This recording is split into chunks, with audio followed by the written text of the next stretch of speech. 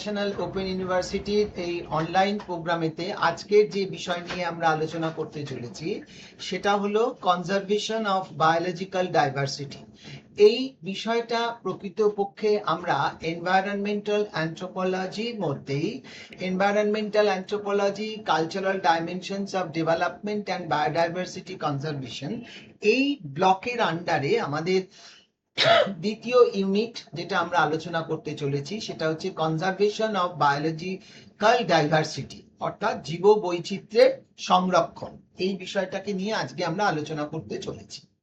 এবার জীব বৈচিত্র্যের সংরক্ষণ এই বিষয়টা নৃতত্ত্বে মানে অ্যানথ্রোপোলজিতে এটা জীব সাংস্কৃতিক এবং জীব সাংস্কৃতিক যেটাকে আমরা বায়ো কালচারাল বলছি এবং তুলনামূলক মানে কম্পারেটিভ দৃষ্টিভঙ্গি থেকে এই দুটো বিষয় আর কি, যেটা মানে নৃতত্ত্বের প্রধান মানে গবেষণা বা নৃতত্ত্বের কোনো বিষয়কে পর্যালোচনা করার যে দুটো মূল ভিত্তি, একটা হচ্ছে জীব সাংস্কৃতিক অর্থাৎ বায়ো কালচারাল ডাইমেনশন এবং আর একটা হচ্ছে তুলনামূলক অর্থাৎ কম্পারেটিভ।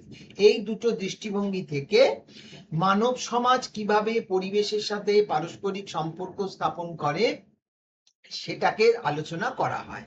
এবং মানব যে সমাজ রয়েছে সেখানে বিভিন্ন বিভিন্ন পরিবেশ, বিভিন্ন সংস্কৃতি, তাদের পারস্পরিক আন্তঃক্রিয়ার মাধ্যমে তাদের বৈচিত্র্য, যে এক একটা সমাজ এক একটা সংস্কৃতি তাদের যে বৈচিত্র্য রয়েছে তাকে স্বীকৃতি দেওয়াটাই হচ্ছে, এবং একটা সমাজের পরিপ্রেক্ষিতে অন্য সমাজকে বোঝার অর্থাৎ যে তুলনামূলক ভিত্তি, মানে যেটা আমাদের নৃতত্ত্বে অ্যানথ্রোপোলজিতে যে থিওরিটিক্যাল যে প্রেক্ষিতটা রয়েছে, যেটা কালচারাল রিলেটিভিজম, অর্থাৎ কোনো সংস্কৃতিকেই তুলনামূলক ভাবে না, প্রত্যেকটা সংস্কৃতিকে তার নিজস্ব নিরিখে সেটাকে আমাদের বিচার করতে হবে, এটার উপরেই গুরুত্ব আরোপ করা হয়। বিভিন্ন সংস্কৃতির মধ্যে বিভিন্ন সংস্কৃতিতে মানুষ পরিবেশকে কিভাবে দেখে, হ্যাঁ, প্রাকৃতিক সম্পদকে কিভাবে তারা ব্যবহার করছে, এটা মানে এইটা দিয়ে একটা সংস্কৃতির সঙ্গে অন্য সংস্কৃতিকে তুলনামূলক ভাবে পর্যালোচনা করার যে বিষয়টা, এটা অ্যানথ্রোপোলজির মানে একটা বহু দীর্ঘদিনের এটা একটা বিষয়। এবং এনভায়রনমেন্টাল অ্যানথ্রোপোলজি বলে যে বিশেষ শাখাটার কথা আমরা বলি, সেখানেই এই বিষয়টাকে আমরা আরো পর্যায়ভুক্ত করেছি এবং সেটাকে কিভাবে আন্তঃসাংস্কৃতিক মানে কালচারাল পরিপ্রেক্ষিতে বিভিন্ন সম্পদকে সেটা ব্যবহার করা হয় এবং সেটাকে বোঝা হয়, এবং এই বোঝাটার পরিপ্রেক্ষিতেই বিভিন্ন তাত্ত্বিক এবং ব্যবহারিক দুটো রকমেরই গুরুত্ব এখানে দেওয়া হয়েছে। এবং এই গুরুত্বটার প্রধান যে বিষয়টা যার উপর এই গুরুত্বটা বর্তায় সেটা হচ্ছে জীব বৈচিত্র্য সংরক্ষণে এই বিষয়টা কিভাবে মানে ভূমিকা পালন করে থাকে, অর্থাৎ বিভিন্ন সংস্কৃতিতে মানুষ পরিবেশকে কিভাবে দেখছে, তারা কিভাবে সেটাকে রাখছে করছে, এই বিষয়গুলো সেখানে থাকে। জীব বৈচিত্র্য বা যেটাকে আমরা বায়োলজিক্যাল ডাইভার্সিটি বলি বা সংক্ষেপে বায়োডাইভার্সিটি বলি, সেটা সহজভাবে একদম খুব সহজভাবে বৈচিত্র্য, জীব বৈচিত্র্য মানে জীবনের বৈচিত্র্যকে বোঝায়। মানে বিভিন্ন জীবের মধ্যে যে বৈচিত্র্যতা রয়েছে, যে বিভিন্নতা, যে পরিবর্তনশীলতা রয়েছে এবং পরিবেশ যে বিভিন্ন পরিবেশে তারা অবস্থান করে সেইগুলোকে নির্দেশ করে।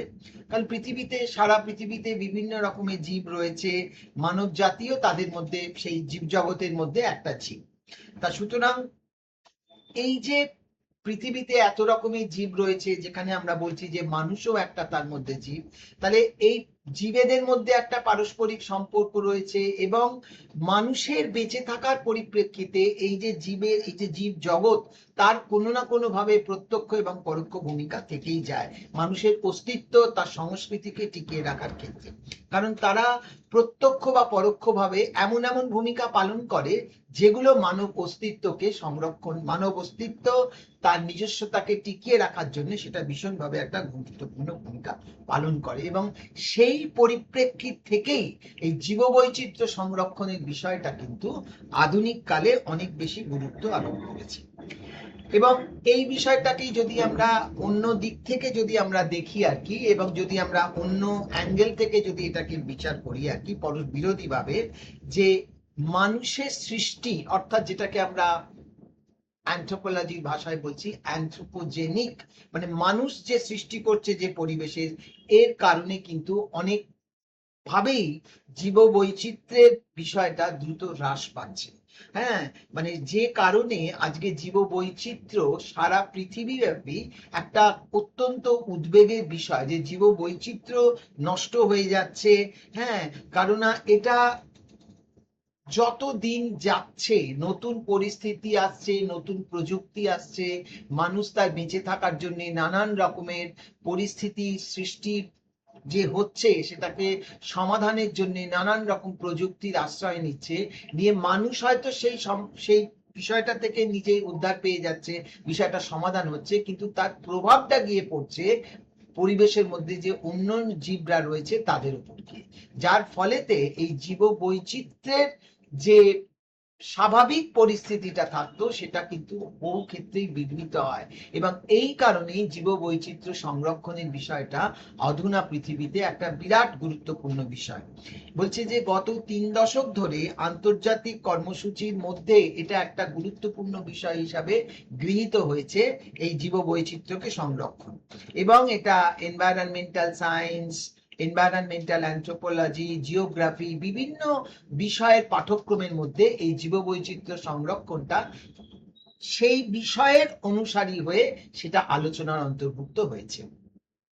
এবং এই জীববৈচিত্র্য সংরক্ষণের যে গুরুত্ব রয়েছে, সেই গুরুত্ব শুধু জীববৈচিত্র্য সংরক্ষণের গুরুত্ব হিসাবে নয়, মানব সমাজ এবং সংস্কৃতিকে টিকিয়ে রাখার ক্ষেত্রে সেই জীববৈচিত্র্যের ভূমিকা কিরকম রয়েছে সেই বিষয়টাও কিন্তু এখানেতে আমরা উল্লেখ করেছি।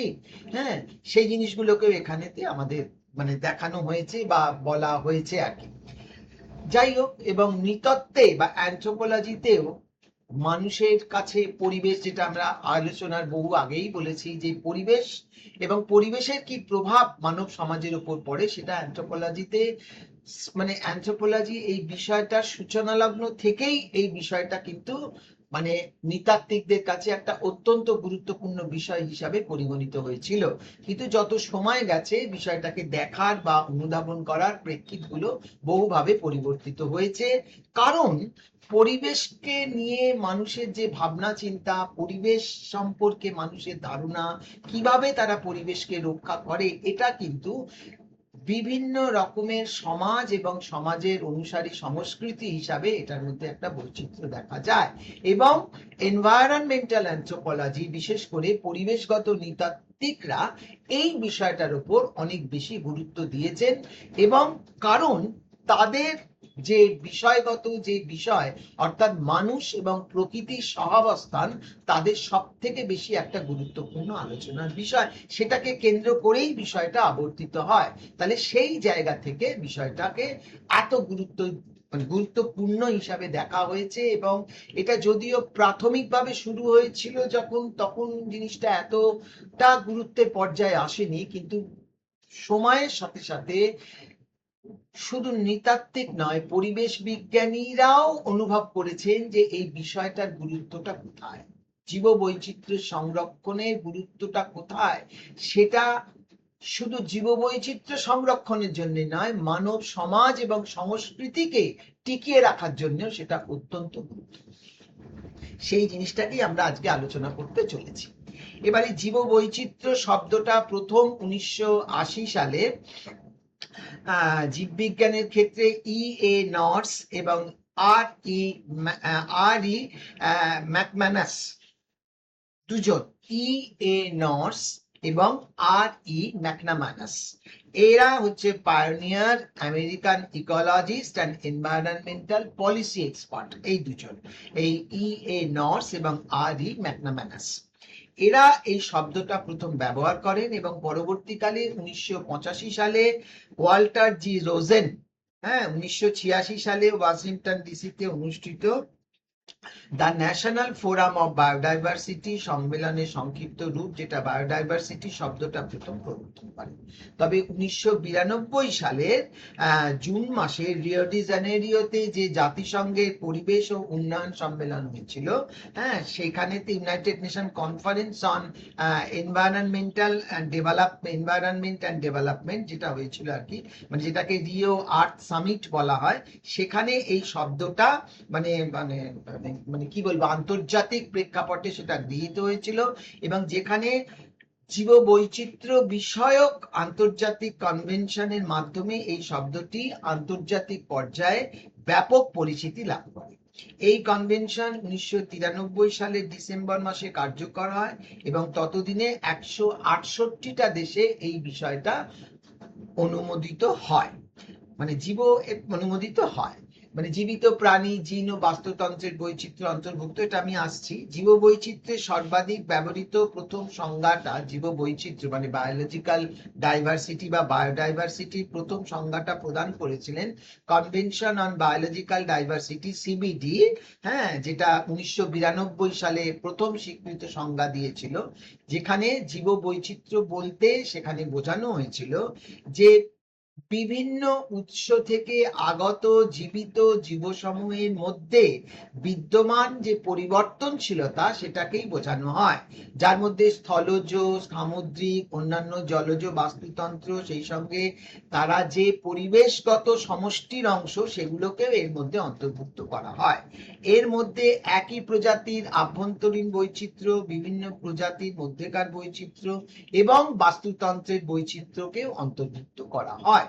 তাহলে এটাই হচ্ছে প্রথম ডেফিনিশন অফ বায়োলজিক্যাল ডাইভার্সিটি, যেটা কনভেনশন অন বায়োলজিক্যাল ডাইভার্সিটি 1992 তে, সিবিডি যেটাকে বলেছি, কনভেনশন অন বায়োলজিক্যাল ডাইভার্সিটি, এটাতেই প্রথম জীববৈচিত্র্যের এই সংজ্ঞাটা দেওয়া হয়েছিল। মানে বিভিন্ন উৎস থেকে আগত যে জীব, তাদের মধ্যে বিদ্যমান যে পরিবর্তনশীলতা সেইটাকে বোঝানো হয়েছিল। আচ্ছা, মোটামুটি ভাবে আমরা জীববৈচিত্র্যের মানে যে মানে আরো অন্যান্য সংজ্ঞাও রয়েছে আর কি, যেটা মানে গ্লোবাল বায়োডাইভার্সিটি স্ট্র্যাটেজি, হ্যাঁ, তারপরে ইউএনইপি, এরা বিভিন্ন রকমের ডেফিনিশন এগুলো সব প্রদান হয়েছিল। কিন্তু মোটামুটি ভাবে জীববৈচিত্র্যের যে বিভিন্ন সংজ্ঞা রয়েছে সেটা নানান ভাবে প্রকাশিত হয়েছে, এবং এটা তিনটে স্তরের মাধ্যমে বোঝানো হয়েছে। একটা হচ্ছে জিনগত, একটা প্রজাতিগত, একটা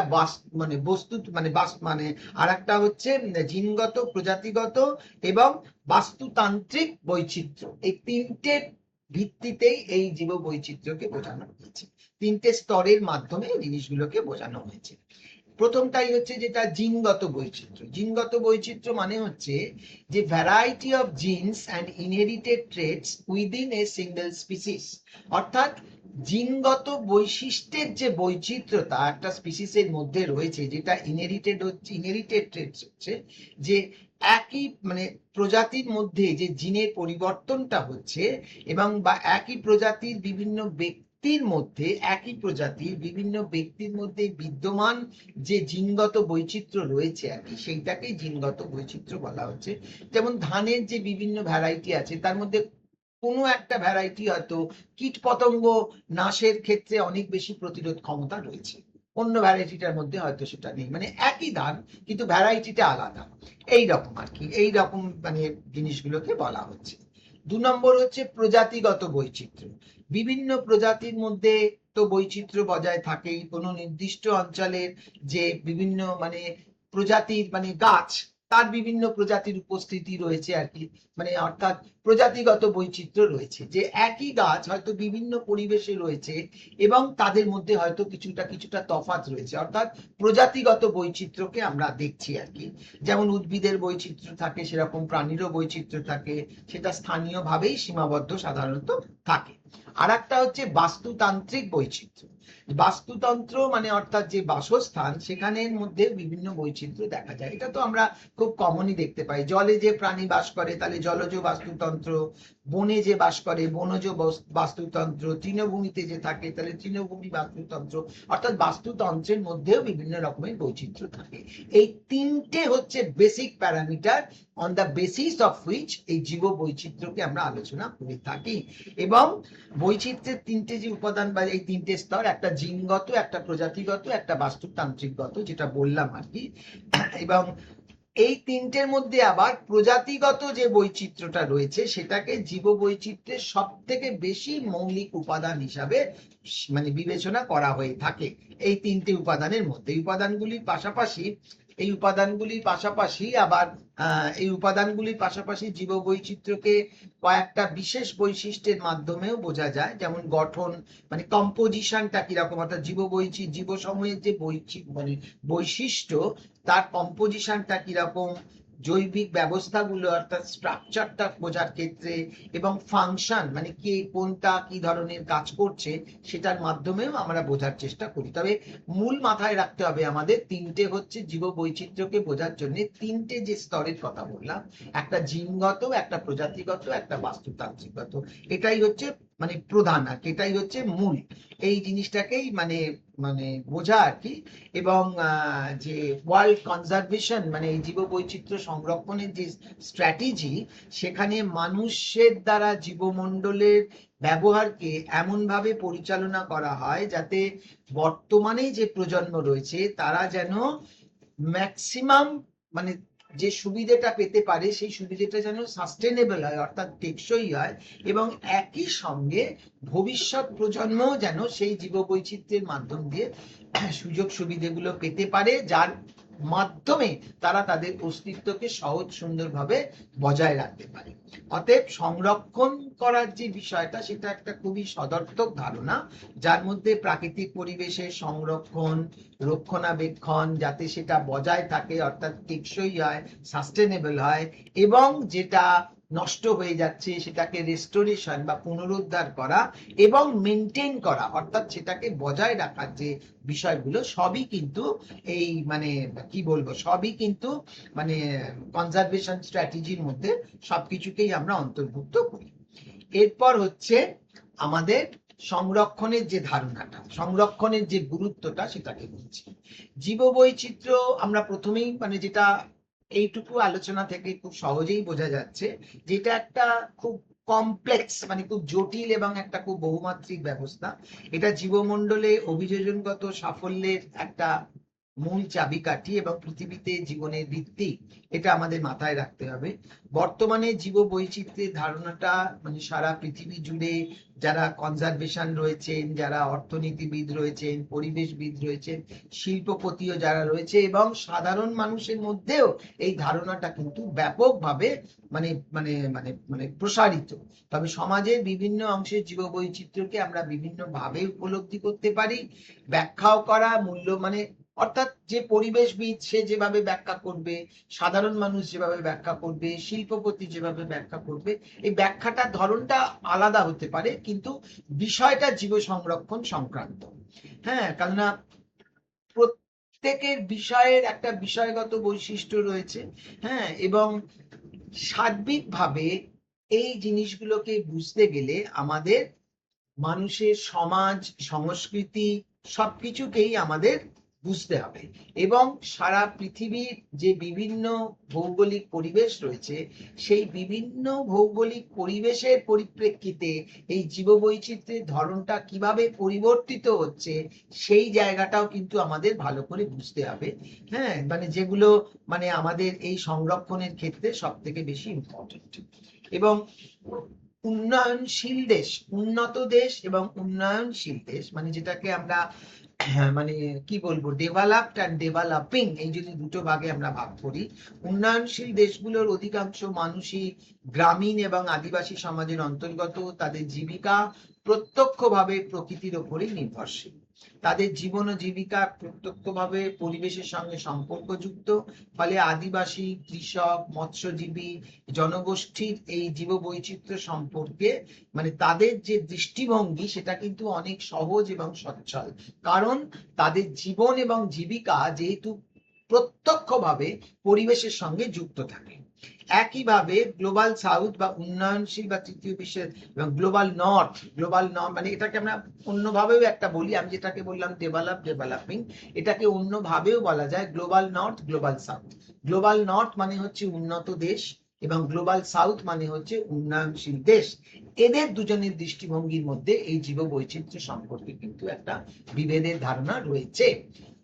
আচ্ছা, জীবন ধারণা রয়েছে এবং এর নানান রকমের যুক্তিও কারণও রয়েছে আর কি ইত্যাদি। এই ব্যাখ্যাগুলো কোনো ক্ষেত্রে পরিবেশ কেন্দ্রিক হয়ে থাকে, কোনো ক্ষেত্রে মানব কেন্দ্রিক হয়ে থাকে, নীতিমূলকও হয়ে থাকে, এই নানা রকমের একটা ডিফারেন্স তো এগুলো রয়েছে আর কি। মানে দুটো যে পৃথিবীর যে দুটো মানে জায়গার কথা বলছি, একটা উন্নত একটা উন্নয়নশীল, এই দুটোর মধ্যে মানে মানব জীবন মানে এই দুটো প্রধান যে বিষয় মানে দুটো দুটো আলাদা পৃথিবী আর কি, সে সোজা কথা। এবং সেইখানেতে এই জীববৈচিত্র্যের সংরক্ষণ সম্পর্কে যে ভিন্ন ধারণার প্রেক্ষিতটা রয়েছে সেটা আমরা খুব সহজেই বুঝতে পারি। সেটা পরিবেশ কেন্দ্রিক রয়েছে, মানব কেন্দ্রিক রয়েছে, অর্থনৈতিক ভিত্তিতে রয়েছে, হ্যাঁ, তারপরে বস্তুতন্ত্রের পরিপ্রেক্ষিতেও রয়েছে, বিভিন্ন রকম রয়েছে। তবে এই মূল্যবোধ গুলোই মানে প্রকৃতপক্ষে এই জীববৈচিত্র্য সংরক্ষণের ভিত্তিকে তৈরি করে। সুতরাং মানব জীবন এবং পরিবেশের জন্য জীববৈচিত্র্যের যে অপরিহার্য মানে বৈচিত্র্যটা যে অপরিহার্য সেটা সম্পর্কে ক্রমবর্ধমান সচেতনতা এবং জীববৈচিত্র্যের যে দ্রুত অবক্ষয়, সেই দুটো বিষয় কিন্তু আমাদের ভালো করে মাথায় রাখতে হবে। এবং মানে জীববৈচিত্র্যের মানে কি বলবো প্রধান যে বিষয়টা, অর্থাৎ প্রকৃতি মানে প্রকৃতির যে নিজস্বতা রয়েছে তার মধ্যেই তো এই জীবেরা রয়েছে। তাহলে সেই নিজস্ব যে প্রাকৃতিক যে মূল্যটা রয়েছে সেটা মানুষের উচিত সব সময় মানে নিজের উপকারের কথা বিবেচনা না করে জীববৈচিত্র্যটা কি করে সংরক্ষিত করা যায় সেই দিকটা কিন্তু মানে আমাদের ভাবা উচিত। হ্যাঁ, এটা যেমন একটা দিক থেকেও ভাবে, আবার অন্য দিক থেকে এই জীববৈচিত্র্যের যে অর্থনৈতিক গুরুত্বটা রয়েছে সেটাও কিন্তু আমাদের ভাবা হয়। কারণ মানুষের অস্তিত্ব বজায় থাকার পরোক্ষ যে কারণ সেটা কিন্তু হচ্ছে এই জীববৈচিত্র্য।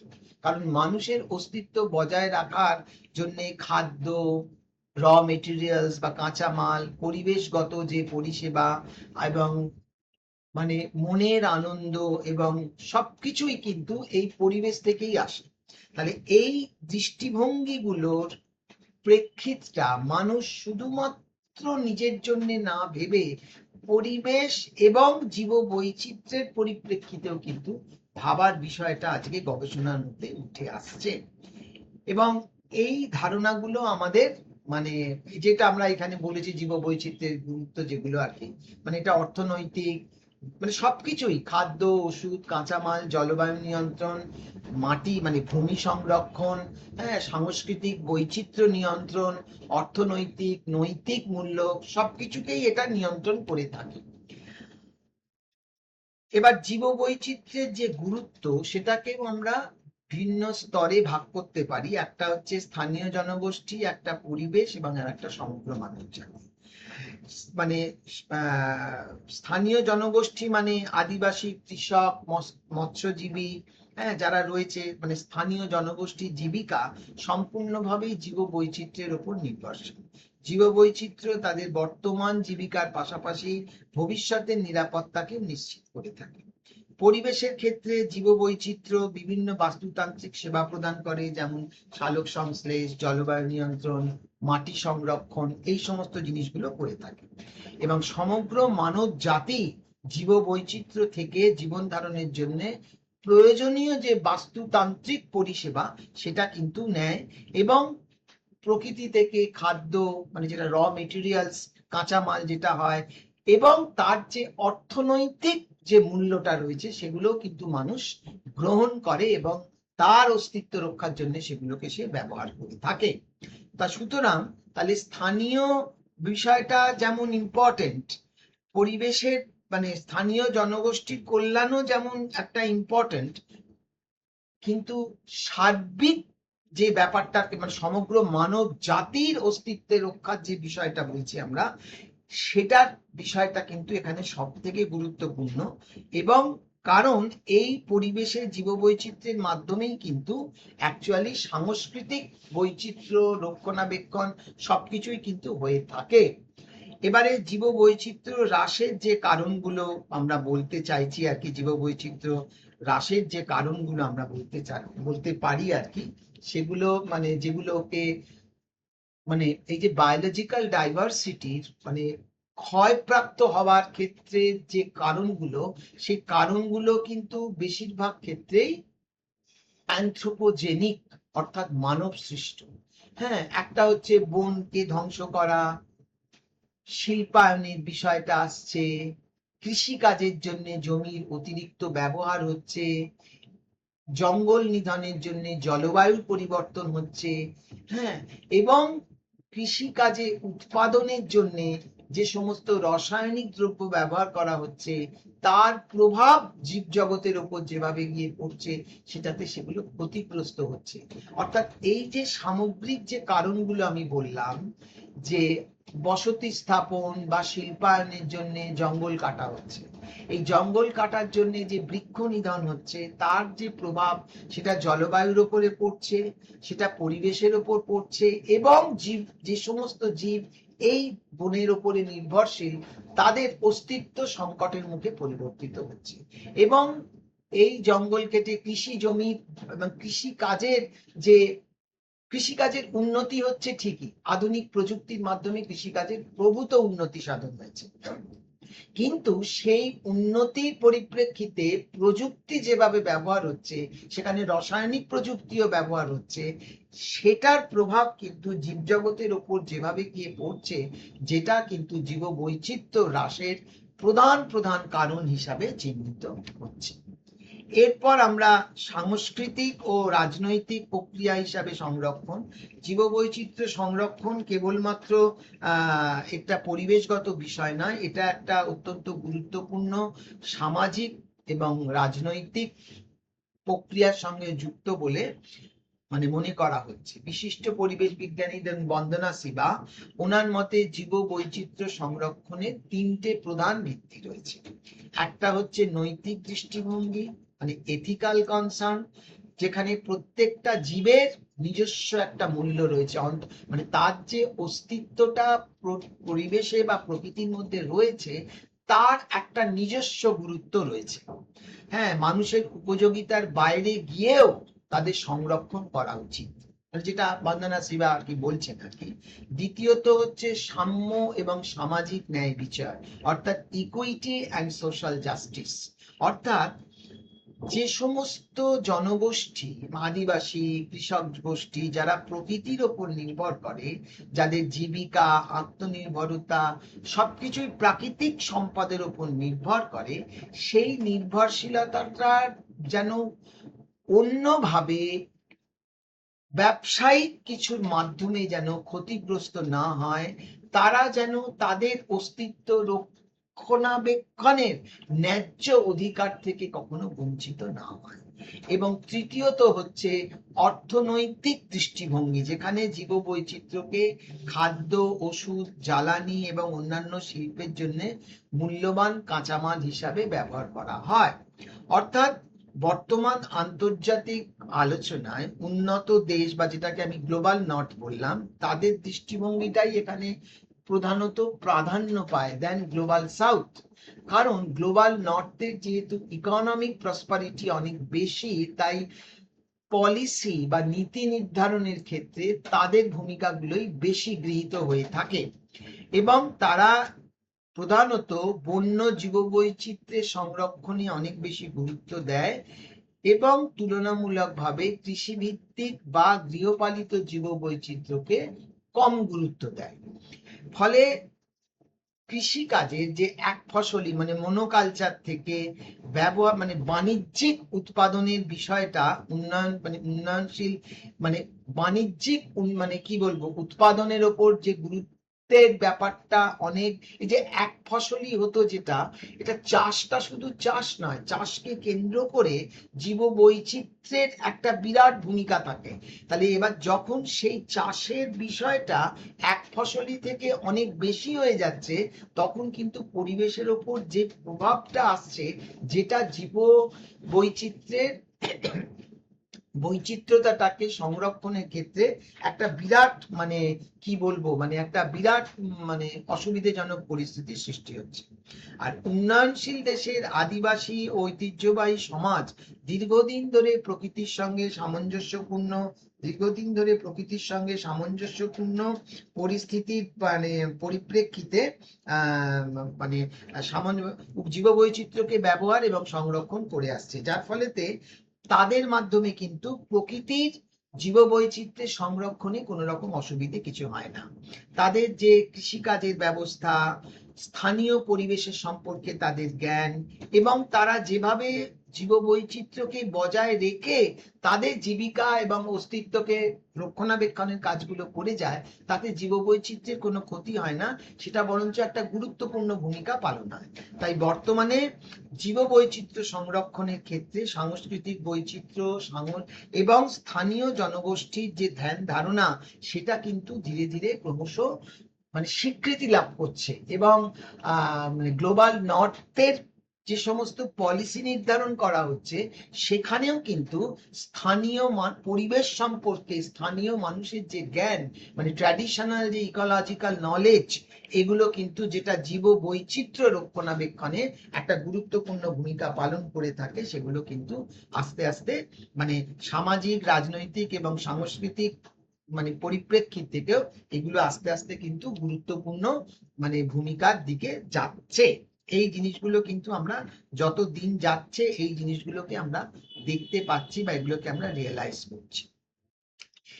এরপরে আমরা যেমন সামাজিক রাজনৈতিকের কথাটা বললাম, সাংস্কৃতিক প্রেক্ষাপট থেকে যে বিভিন্ন সংস্কৃতির মানুষ কিভাবে পরিবেশকে উপলব্ধি করে এবং তারা পরিবেশের সঙ্গে কিভাবে সম্পর্ক স্থাপন করে, এই বিষয়টা কিন্তু মানে পরিবেশ সম্পর্কিত যে বিশ্ব দৃষ্টিভঙ্গি, সাংস্কৃতিক চর্চা, মূল্যবোধ, জীবনধারা, জীববৈচিত্র্য সম্পর্কে তাদের ধ্যান ধারণা সংরক্ষণ পদ্ধতিকে প্রভাবিত করে।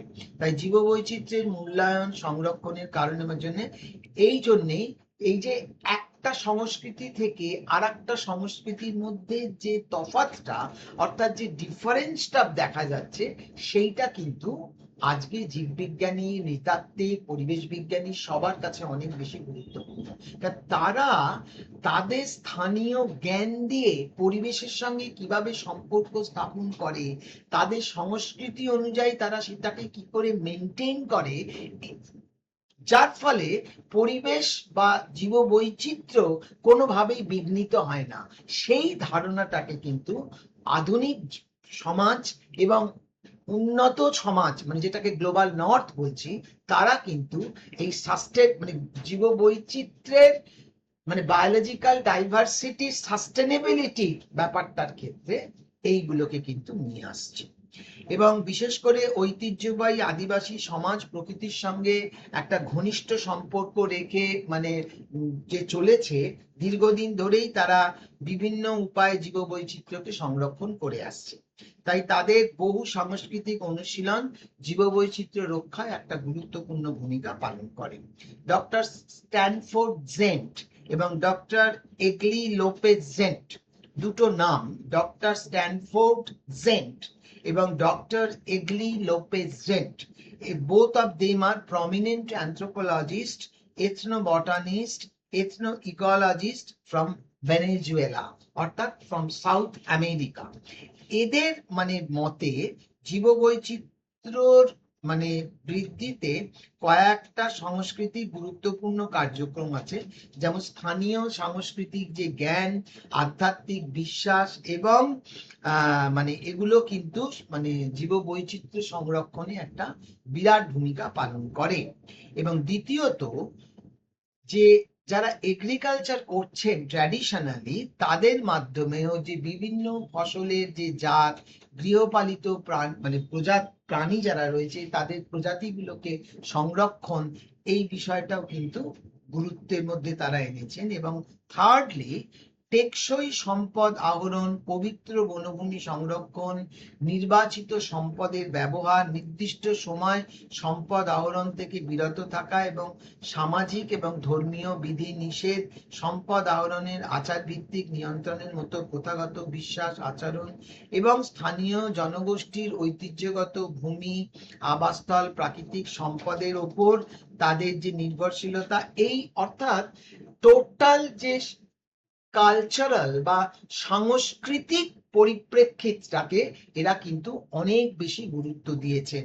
মানে জীববৈচিত্র্য এবং এনাদের বক্তব্যের যেটা মূল থ্রাস্ট, যেটা যে জীববৈচিত্র্য সংরক্ষণের ক্ষেত্রে স্থানীয় সংস্কৃতি, ঐতিহ্যগত জ্ঞান, আদিবাসী জনগোষ্ঠীর যেটা রয়েছে সেটা কিন্তু অত্যন্ত গুরুত্বপূর্ণ, কারণ এগুলো পরিবেশ সংরক্ষণ এবং টেকসই উন্নয়নের ক্ষেত্রে একটি কার্যকর ভিত্তি প্রদান করে থাকে।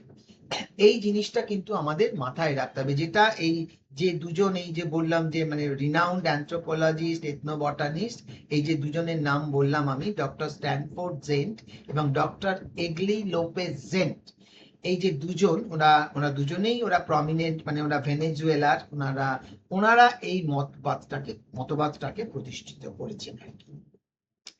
এবারে হচ্ছে আমাদের পরিবেশগত যে বিশ্ব দৃষ্টিভঙ্গি। ফ্লোরেন্স ক্লাকাহান মানুষের পরিবেশ সম্পর্কিত তিনটে প্রধান বিশ্ব দৃষ্টিভঙ্গির কথা বলেছেন। ফ্লোরেন্স ক্লাকাহান উনি বলছেন যে মানুষ মানে পরিবেশ সম্পর্কে মানে যে বিশ্ব দৃষ্টি মানে গ্লোবাল ভিশনের যে ভিউজের কথাটা আমরা বলছি আর কি, সেখানে উনি বলছেন মানুষ প্রকৃতির অধীন, মানুষ প্রকৃতির ওপর কর্তৃত্বশীল, মানুষ প্রকৃতির অবিচ্ছেদ্য অংশ। অর্থাৎ মানুষের যে ভূমিকাটা পরিবেশকে সংরক্ষণ, পরিবেশের মধ্যে জীববৈচিত্র্যকে সংরক্ষণের ক্ষেত্রে মানুষকেই সব থেকে বড় ভূমিকাটা নিতে হবে। এই যে বলছি আমরা মানুষ প্রকৃতির অধীন, অর্থাৎ যে সমস্ত সমাজে প্রযুক্তির উন্নয়ন কম, যেখানে পরিবেশ অত্যন্ত কঠোর এবং অনিশ্চিত, সেখানে মানুষ প্রকৃতিকে শক্তিশালী এবং মানে খুব মানে নিয়ন্ত্রণহীন, মানে কি বলবো, একটা অনির্দিষ্ট মানে মানে যেখানে প্রকৃতিকে নিয়ন্ত্রণ করাটা খুব কঠিন বলে তারা মনে করে, এখানে মানুষ মানে সমাজে প্রকৃতির সঙ্গে মানিয়ে বেঁচে থাকাটাকেই তারা সব থেকে বড় উপায় হিসাবে গ্রহণ করে। এবং মানে কারণ প্রকৃতির যে মানে অতিপ্রাকৃত যে সমস্ত ক্ষমতা, ভয়ঙ্কর মানে প্রাকৃতিক যেসব শক্তিগুলো রয়েছে, ভূমিকম্প, বন্যা, খরা, ঘূর্ণিঝড়, এই সমস্ত দুর্বিপাকের মধ্যেও তো মানুষ বেঁচে থাকে। তাহলে সেই জন্যে তারা মনে করে যে প্রকৃতি হচ্ছে একটা অমোঘ শক্তির অধিকারী, মানুষ তার নিয়ন্ত্রণাধীন, অর্থাৎ প্রকৃতির মতন করেই মানুষকে চলতে হয়, মানুষ প্রকৃতির ওপর কর্তৃত্বশীল। এই ডাইমেনশনে বলা হচ্ছে যে মানুষকে প্রকৃতির সব থেকে শ্রেষ্ঠ মানে জীব হিসাবে মনে করা হয়, কারণ মানুষ তার নিজের প্রয়োজন মতন প্রকৃতিকে নিয়ন্ত্রণ করতে পারে, পরিবর্তন করতে পারে, পরিবর্ধিতও করতে পারে। এই ধারণা মানে পাশ্চাত্য সমাজের বিশেষ করে বৈজ্ঞানিক মানে আমাদের সায়েন্টিফিক রিভলিউশনের পরে তো আরো বেশি করে এই ধারণাগুলো ফলপ্রসূ হয়েছে। এবং প্রাকৃতিক সম্পদকে ব্যবহার করা, সেটাকে সঠিকভাবে রক্ষণাবেক্ষণ করা ইত্যাদির জন্য, যেখানে আধুনিক কৃষি, তারপরে ডেভেলপমেন্টাল অ্যাক্টিভিটিস, এই যে খনি, বাঁধ, হ্যাঁ, প্রযুক্তি, সব বিভিন্ন রকমের মানে জেনেটিক রিসার্চ ইত্যাদির মাধ্যমে এই জিনিসগুলোকে বজায় রাখার চেষ্টা করা হচ্ছে, মানে যেখানে মানুষ প্রকৃতি পিপল মানে নেচারের ওপরে কিভাবে নির্ভরশীল আছে। লাস্টেরটাতে আমরা বলছি মানুষ প্রকৃতিরই অংশ, অর্থাৎ প্রকৃতি মানুষ মানে অন্যান্য জীবও যেমন রয়েছে, সমগ্র জীব জগতের মধ্যে মানুষ হচ্ছে সর্বশ্রেষ্ঠ। তাহলে মানুষও প্রকৃতিরই অংশ, হ্যাঁ, প্রকৃতির অংশ। কারণ অন্যান্য জীব এবং প্রাকৃতিক উপাদানও যেমন রয়েছে, সেখানে মানুষও রয়েছে। হ্যাঁ, যেমন মানে মানুষও রয়েছে আর কি। এবং প্রাকৃতিক জিনিসগুলোকে মানুষ তার মানুষের অস্তিত্বকে রক্ষার জন্য তাদেরও প্রত্যক্ষ বা পরোক্ষভাবে ভূমিকা থাকে। বিভিন্ন আমেরিকার আদিবাসী জনগোষ্ঠী তারা এই প্রকৃতিকে মা মা মাতা, আকাশকে পিতা, প্রাণী জগৎকে ভাই বোন হিসাবে কল্পনা করে। ভারতবর্ষের অন্ধ্রপ্রদেশের যে কোন্ডা রেড্ডি বলে একটা আদিবাসী সম্প্রদায় রয়েছে, তারাও পৃথিবীকে মা, আকাশকে বাবা হিসাবে মনে করে। তারা মনে করে যে মানুষ, উদ্ভিদ, প্রাণী, প্রকৃতির অন্যান্য উপাদান একই স্রষ্টা, মানে ইত্যাদি আর কি। অর্থাৎ মানুষ যে প্রকৃতিরই অংশ, এটা মানে আদিবাসী সমাজের মধ্যে এই বিষয়টাকে রয়েছে আর কি। আধ্যাত্মিক পরিবেশবিদ্যা, স্পিরিচুয়ালিটি, অর্থাৎ মানুষের যে ধর্মীয় ভাব, অর্থাৎ যে কোনো ধর্মীয় বিশ্বাসের প্রতি যে আস্থা, অর্থাৎ যে আধ্যাত্মিকতা এবং পরিবেশের পারস্পরিক সম্পর্ককে যে বোঝায়, এটা আলোচনা করে কিভাবে ধর্মীয় বা আধ্যাত্মিক বিশ্বাস, মূল্যবোধ এবং আচরণ প্রকৃতি ও পরিবেশ সংরক্ষণে প্রভাব ফেলে। লেসলি ই স্পনসেল, মানে একজন আমেরিকান অ্যানথ্রোপোলজিস্ট, ওনার মতে ধর্ম, আধ্যাত্মিকতা এগুলো পরিবেশের সঙ্গে মানে মানে মানে এমন ভাবেই যুক্ত যে আধ্যাত্মিকতা এবং পরিবেশ বিদ্যা এই দুটো মিশে গিয়ে একটা মানে বহুমাত্রিক চিন্তা ভাবনা এগুলোতে ডেভেলপ করে। এবং এবং কি বলবো, এবং এই যে পরিবেশগত সংকট, মানে যেটা আমাদের একটা নৈতিক সংকট হিসাবে বর্তমানকালে দেখা দিয়েছে, সেটা মানুষের আচরণ এবং জীবন দৃষ্টি পরিবর্তনের পরিপ্রেক্ষিতেই এসেছে। প্রকৃতপক্ষে আধ্যাত্মিকতা মানে যদি আমরা পরিবেশ সংরক্ষণের জন্য বৈজ্ঞানিক নীতি নির্ভর উদ্যোগটা নিশ্চয়ই অপরিহার্য, কিন্তু তবুও আধ্যাত্মিকতার মাধ্যম দিয়ে, অর্থাৎ আমাদের সাংস্কৃতিক ভাবনা চিন্তা, আচার অনুষ্ঠান, ধর্মীয় রীতিনীতিগুলোকে যদি গুরুত্ব আমরা কিছুটা দিই, তাহলে পরিবেশ সংরক্ষণের ক্ষেত্রে কিন্তু এগুলো মানে অনেক বেশি ভূমিকা পালন করে থাকে। এবং একটা মানে গ্রিন, মানে সবুজ, টেকসই একটা শান্তিপূর্ণ ভবিষ্যৎ গড়ে তোলার ক্ষেত্রে মানুষের এই আধ্যাত্মিকতা, ধর্মীয় চেতনা, মানে যেখানে গাছকে তো আমরা মানে দেবতা হিসাবে কল্পনা করি না, তাহলে গাছকে নিধন আমরা করব না, তাহলে এই ব্যাপারগুলো কিন্তু মানে তৈরি হতে পারে, যেটা পরিবেশকেও যেমন সুন্দর বজায় রাখবে, সেরকম পরিবেশের মধ্যে বসবাসকারী যে জীবরা রয়েছে তাদেরও উপযুক্তভাবে বেঁচে থাকার বিষয়টাকে সুনিশ্চিত করবে। এবং এই পরিপ্রেক্ষিত থেকেই এই স্যাক্রেড প্লেস, মানে অর্থাৎ পবিত্র স্থান, পবিত্র বনভূমি, এইসব ধ্যান ধারণা গুলো কিন্তু ডেভেলপ করেছে। হ্যাঁ, মানে যেখানে মানে যেগুলো ধর্মীয় কারণেই বিশেষ মর্যাদা লাভ করেছে, মানে পবিত্র স্থান, পবিত্র বনভূমি, যেগুলো মানে কোনো ঐতিহাসিক ঘটনা বা ধর্মীয় বিশ্বাসের কারণে মানুষ অনেক বেশি গুরুত্বপূর্ণ বলে মনে থাকে, মানে শ্রদ্ধা ভক্তি করে, আধ্যাত্মিকতা ইত্যাদি। বিভিন্ন সংস্কৃতির মধ্যে আমরা বিভিন্ন পাহাড়, গুহা, শিলা, নদী, ঝর্ণা, বনভূমি, দ্বীপ এগুলোকে আমরা দেখি, যেগুলোকে হয়তো এই প্রাকৃতিক স্থানগুলোকে পবিত্র বলে সম্প্রদায় মনে করে, মানে জনগোষ্ঠী বসবাস করে, এবং সেখানকার প্রাকৃতিক সৌন্দর্য এর জন্য হয়তো অনেক বেশি বজায় থাকে।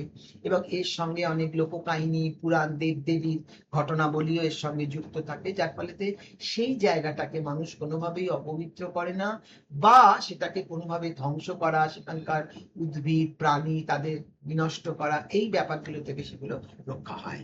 যেমন আমাদের এই যে হিমালয় পর্বতটা আমরা যদি বলি, হিমালয় পর্বতটা আমাদের হিন্দুদের কাছে, হিন্দু, বৌদ্ধ, জৈন এদের কাছে অত্যন্ত পবিত্র, মানে এটাকে আমরা মনে করি ভগবান শিবের আবাসস্থল। সেজন্য প্রতি বছর হাজার হাজার তীর্থযাত্রী এটাকে দর্শন করতে যায়। এখানে কোনো রকম কোনো ক্ষতি কিছু করা, কোনো বৈজ্ঞানিক পরীক্ষা নিরীক্ষা করে জায়গাটাকে ধ্বংস করা, এইসব যে বিষয়গুলো থেকে হয় না, কারণ তার মধ্যেও যে সমস্ত জীব বেঁচে রয়েছে এবং যে প্রাকৃতিক সৌন্দর্য সেগুলো বজায় থাকে, এবং পবিত্র ধর্মীয় আচার হিসাবে সেগুলো আমাদের বিষয়গুলো হয়ে থাকে। হ্যাঁ, এবং মানে আর এই পবিত্র যে বনভূমি বা পবিত্র স্থান যেগুলোকে বলছি, এগুলো শুধু ধর্মীয় গুরুত্বই, যেটা আমি বারবারই আগেই বললাম, যে শুধু পবিত্র স্থান হিসাবেই এগুলো বিবেচিত হয় না, এখানকার যে জীব বৈচিত্র্য থাকে, অটোমেটিক্যালি জায়গাটাকে যদি মানুষ কোনোভাবে ক্ষতিগ্রস্ত না করে, তাহলে সেখানকার যে জীব বৈচিত্র্য রয়েছে সেটাও গুরুত্বপূর্ণভাবেই রক্ষিত হবে। মানুষের শ্রদ্ধা, বিশ্বাস, ধর্মের কারণে বনভূমি, উদ্ভিদ, প্রাণী, প্রাকৃতিক পরিবেশ সবকিছুই মানে ভালোভাবে সংরক্ষিত হতে থাকবে। তাই পবিত্র স্থানকে জীববৈচিত্র্য সংরক্ষণের একটা গুরুত্বপূর্ণ সাংস্কৃতিক মাধ্যম হিসাবে বিবেচনা করা হয়। এরপরে হচ্ছে আমাদের পবিত্র মানে বনভূমির কথা, যেটা আমরা বললাম, এটা তো আমরা বলেইছি আর কি। পবিত্র বনভূমি, প্রাকৃতিক বনভূমি, মন্দির সংলগ্ন বনভূমি, সমাধি বা শ্মশান সংলগ্ন বনভূমি, এগুলো বিভিন্ন রয়েছে আর কি। মানে ভারতবর্ষের বিভিন্ন অঞ্চলে বিভিন্ন পবিত্র বনভূমি রয়েছে, যেমন দেবরাকাডু কর্ণাটকে, কাভু কেরালে, কোভিলকাডু তামিলনাড়ুতে, সান্না ঝাড়খণ্ড, ছত্তিশগড়ে, পুরান রাজস্থানে। মানে ভারতবর্ষে প্রায় 13,000-এরও বেশি এরকম পবিত্র বনভূমি রয়েছে। মানে যেগুলোকে আমরা মানে যেখানে এই পবিত্র বনভূমিগুলোতে কি হচ্ছে, গাছ কাটা, জ্বালানি কাঠ সংগ্রহ, পশুচারণ, শিকার, কৃষিকাজের মতন সমস্ত কার্যকলাপ এখানে নিষিদ্ধ। এখানে ধর্মীয় বিধিনিষেধের ফলে মানে জঙ্গলের উদ্ভিদ, প্রাণী, হ্যাঁ, তাদের কোনোভাবে মারা যাবে না, তবে তারা রক্ষিত হচ্ছে। হ্যাঁ, এবং মানে মানে যার ফলে জায়গাটাও যেমন ভালো থাকছে, জীব বৈচিত্র্য সেরকম ভাবে সেটা রক্ষা হচ্ছে, মানে প্রাকৃতিক ভারসাম্যটা সুন্দরভাবে এখানে বজায় থাকছে। সুতরাং এটা স্থানীয় জনগোষ্ঠীর ধর্মীয় এবং সাংস্কৃতিক মানে ও সামাজিক জীবনের একটা গুরুত্বপূর্ণ অংশ। তাই পবিত্র বনভূমি জীববৈচিত্র্য সংরক্ষণের একটা কার্যকারী ঐতিহ্য ব্যবস্থা হিসাবে এটা থাকছে। তবে এই পরিপ্রেক্ষিতে আর একটা এর অন্য দিকও রয়েছে, সাম্প্রদায়িক ভিত্তিক সংরক্ষণ, মানে যেটাকে আমরা বলছি আর কি, যে পাশ্চাত্য সমাজ মানে গ্লোবাল নর্থ, এরা আবার এই পরিস্থিতিটাকে কাজে লাগিয়ে আবার এই যে অভয়ারণ্য বা ইত্যাদি জিনিস তৈরি করছে, সেগুলোর ওপর আবার কিন্তু রাষ্ট্রের নিয়ন্ত্রণ থাকছে। এবার এই রাষ্ট্রের নিয়ন্ত্রণ থাকার কারণে যে সমস্ত জনগোষ্ঠী এইসব পবিত্র বনভূমির মধ্যে বসবাস করে, তাদের সেখান থেকে বসতিকে উচ্ছেদ করে দেওয়া হচ্ছে।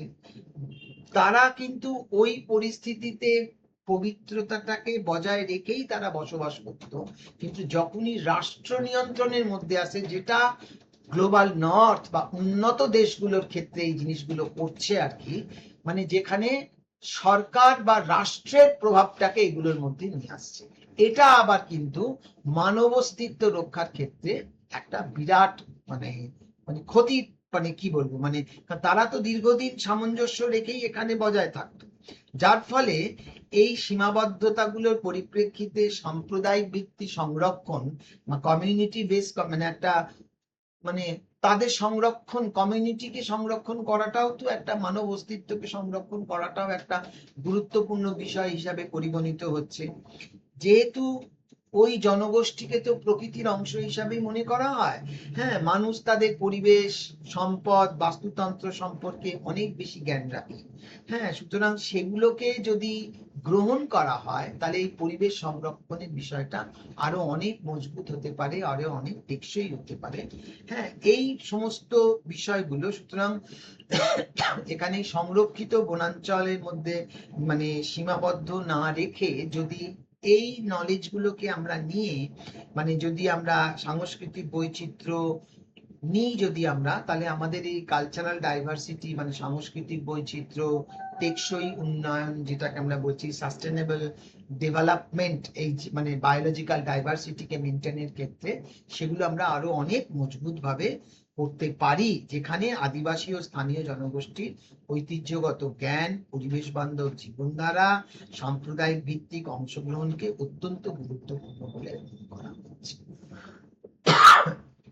এবারে আমরা আমাদের আলোচনার একদম শেষ পর্যায়ে চলে এসেছি।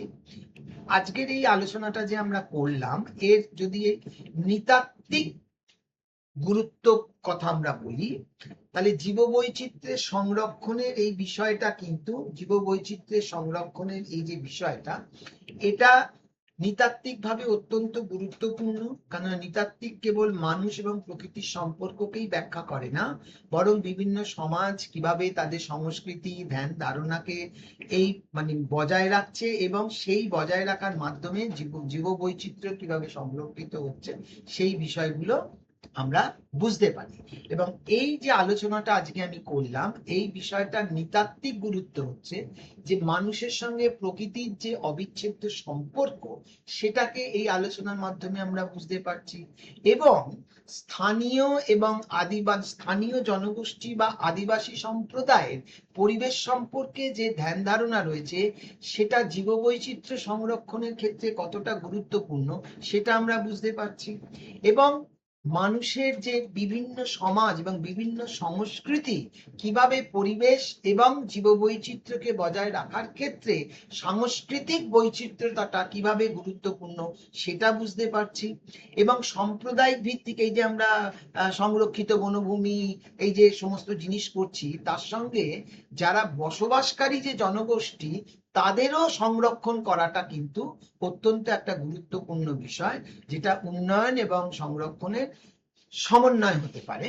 নৃতাত্ত্বিক গবেষণা, পরিবেশ সংরক্ষণ, মানব যাচাই এবং এইগুলো সম্মিলিত ভাবে যেটা নীতি নির্ধারণের যে ভূমিকাটা, যে নৃতাত্ত্বিক গবেষণা সরকার ও বিভিন্ন সংস্থাকে এমন সংরক্ষণ নীতি প্রণয়নে সহায়তা করে যেখানে স্থানীয় সংস্কৃতি, সামাজিক বাস্তবতা এবং আদিবাসী জনগোষ্ঠীর অধিকারকে গুরুত্ব দেওয়া হয়। সুতরাং ওভারঅল অ্যানথ্রোপোলজিক্যাল অ্যাঙ্গেল থেকে যদি আমরা দেখি, তাহলে এই জীববৈচিত্র্য অর্থাৎ এই বায়োডাইভার্সিটি সংরক্ষণ কেবল প্রাকৃতিক সম্পদ রক্ষার বিষয় নয়, এটা মানুষের সংস্কৃতি, ঐতিহ্য, জীবনধারা, সামাজিক ন্যায় বিচার এবং পরিবেশের মধ্যে একটা সুসম্পর্ক স্থাপিত হওয়ার প্রতিফলনের বিষয়। তাই জীববৈচিত্র্য সংরক্ষণের ক্ষেত্রে স্থানীয় মানুষজন বা আদিবাসী সম্প্রদায়ের যে জ্ঞান, সাংস্কৃতিক মূল্যবোধ এবং অংশগ্রহণকে অপরিহার্য বলে বিচার করা উচিত এবং সেটাকে সেইভাবেই গ্রহণ করা উচিত বলে আমাদের অ্যানথ্রোপোলজিক্যালি এটাকে আমরা মনে করি এবং সেই মতন করেই জিনিসটাকে গ্রহণ করাটা হচ্ছে একান্ত প্রয়োজনীয়। এটাই হচ্ছে সব থেকে বড় অ্যানথ্রোপোলজিক্যাল সিগনিফিকেন্স। এবং শেষে আমরা বলছি যে আমাদের কনক্লুশনে যে এই বায়োলজিক্যাল ডাইভার্সিটিটাই হচ্ছে কিন্তু আমাদের আজকের যে সভ্যতার যে ভিত্তি, তার একটা প্রধান ভিত্তি। এবং সংরক্ষণে এই জীববৈচিত্র্যর মধ্যে যে বিষয়টাকে আমরা অ্যানথ্রোপোলজিক্যালি দেখার কথা বলছি, সেখানে বিজ্ঞান প্রযুক্তি সবকিছুই আসছে এবং সেগুলো কিভাবে মানুষের অস্তিত্ব রক্ষার ক্ষেত্রে একটা বিশেষ ভূমিকা পালন করছে সেগুলোকেও আমাদের জানার বা দেখার বিষয়টা আমরা এগিয়ে আনলাম আর কি। সুতরাং কি বলবো, ওভারঅল আমাদের এই আজকের আলোচনার পরিপ্রেক্ষিতে আমরা একটা জিনিসই বলতে পারছি যে আমাদের ভারতবর্ষ কেন, সারা পৃথিবীর যে বিভিন্ন দেশ রয়েছে সেখানের পরিবেশ এবং পরিবেশের সঙ্গে সম্পর্কিত যে জনগোষ্ঠী এবং তার যে জীববৈচিত্র্য রয়েছে, সেগুলোকে রক্ষণাবেক্ষণের ক্ষেত্রে স্থানীয় জনগোষ্ঠীর ধ্যান ধারণাটাকে অংশ নিলে আর কি, সামাজিক তাদের প্রথা, ধর্মীয় বিশ্বাস, তাদের যে নিষেধাজ্ঞা, প্রথাগত নিয়ম কানুন, সেগুলোকে গুরুত্ব দিলে প্রাকৃতিক সম্পদের যে টেকসই ব্যবহার অর্থাৎ তার যে স্থায়িত্ব, যেটা ভবিষ্যৎ প্রজন্মের ক্ষেত্রে অনেক বেশি উপকারী এবং জীববৈচিত্র্য সংরক্ষণের জন্য যেমন গুরুত্বপূর্ণ, সেটা মানব অস্তিত্ব রক্ষার জন্য অত্যন্ত গুরুত্বপূর্ণ এবং কার্যকর মাধ্যম হিসাবে সেটা পরিগণিত হবে। সুতরাং এই বলে আমি আমার আজকের আলোচনা এখানেই শেষ করলাম। নমস্কার।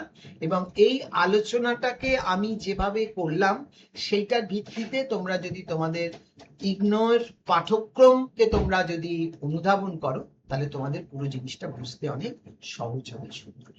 এই বলে আজকের আলোচনা শেষ করলাম। নমস্কার।